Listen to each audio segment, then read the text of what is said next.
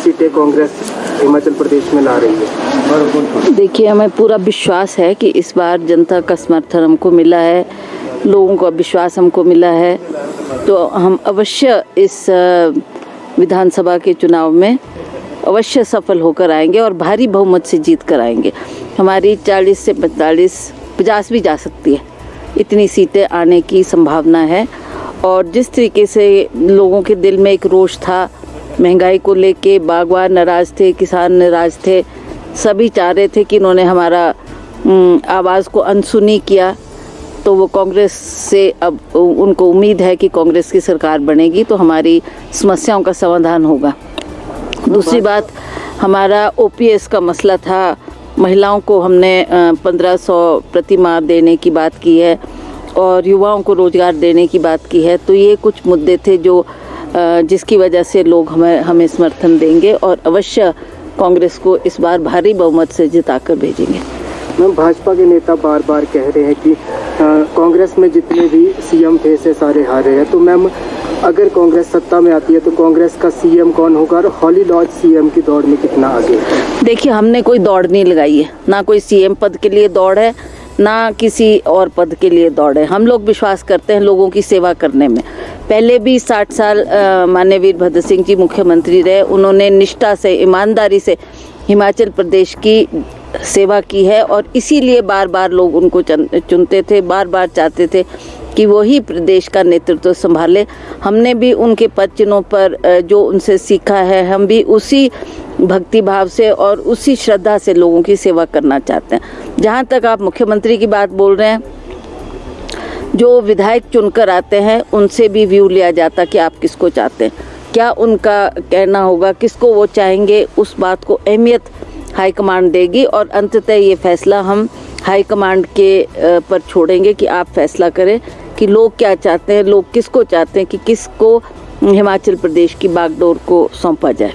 भारत जोड़ो यात्रा में भी कैसा अनुभव रहा आपका और हिमाचल के चुनावों की कुछ चर्चा भी हुई उनसे आपको? देखिए, वो चर्चा करने का समय नहीं था, बिकॉज उस टाइम तो वो पदयात्रा पे थे, तो ज़्यादा मौका नहीं मिला। मैंने केवल मात्र उनको हिमाचली टोपी से नवाजा और ये कहा कि हम अवश्य इस बार कांग्रेस की सरकार बनाने जा रहे हैं और हमें पूरा विश्वास है कि हिमाचल प्रदेश में ये शुरुआत होगी और जिससे सारे देश में ये संदेश जाएगा और धीरे धीरे कांग्रेस वापस सत्ता में आने के लिए वचनबद्ध होगी, क्योंकि अब 3-4 स्टेट्स और भी है जहाँ पर चुनाव होने हैं, तो हिमाचल उसमें पहल कर रही है, ये बहुत बड़ी बात है।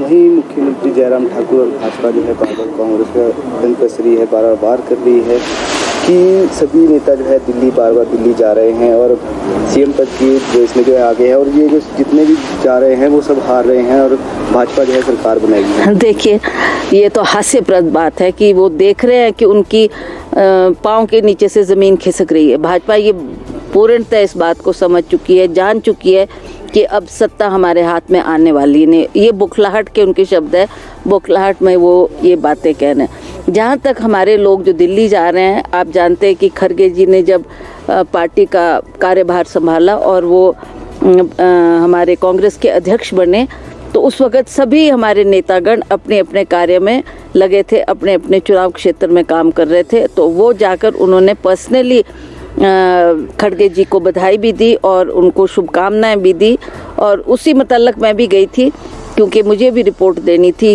ही being the Congress president, I had to tell them कि आज हमारी ये स्थिति है कि हम 40-45 सीटों से ऊपर लेकर आएंगे और अवश्य सरकार बनाने जा रहे हैं। ये बात से मुझे अवगत कराना था। बाकी जो लोग गए वो कोई सीएम पद की दौड़ के लिए नहीं थे, उन्होंने खड़गे जी को बधाई देनी थी और अन्य नेताओं को अपनी परिस्थिति बतानी थी कि ये हालात हिमाचल प्रदेश में बने हैं।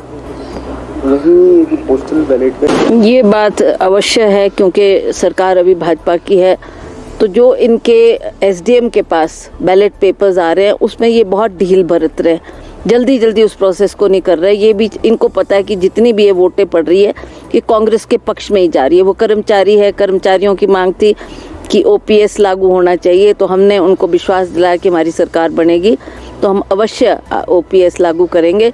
तो इस भाव से आज उनको लग रहा है कि ये सारी वोटें कांग्रेस को जा रही है, तो वो इस प्रोसेस को ढीला कर रहे हैं। पर मैं आपको बताना चाहती हूँ कि मैंने हिमाचल प्रदेश के जो इलेक्शन कमिश्नर हैं उनसे भी बात की है, उनको भी इस बात से अवगत करवाया कि इसमें ढील नहीं होनी चाहिए और जल्दी जल्दी ये प्रोसेस होना चाहिए, ताकि सभी, चाहे वो कर्मचारी है, चाहे वो पुलिस के कर्मचारी है, चाहे सेना के कर्मचारी है, सभी को मौका मिलना चाहिए अपनी वोट डालने का। ये भी बातें सामने आ रही हैं, कहीं ना कहीं जो है नेताओं की खरीद फरोख्त जो है की जा सकती है भाजपा द्वारा, आपका क्या कहना है? देखिए, हमने तो कभी ये प्रथा देखी नहीं और ना ही कोई खरीद फरोख्त के मामले हिमाचल प्रदेश में अभी तक आए हैं।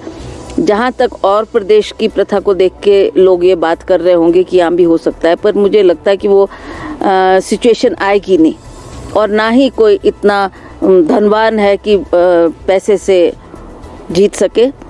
तो मुझे नहीं लगता कि ये फैक्टर कोई बड़ा अहमियत रखता है और इस पर कोई बड़ी सोच करने की आवश्यकता है।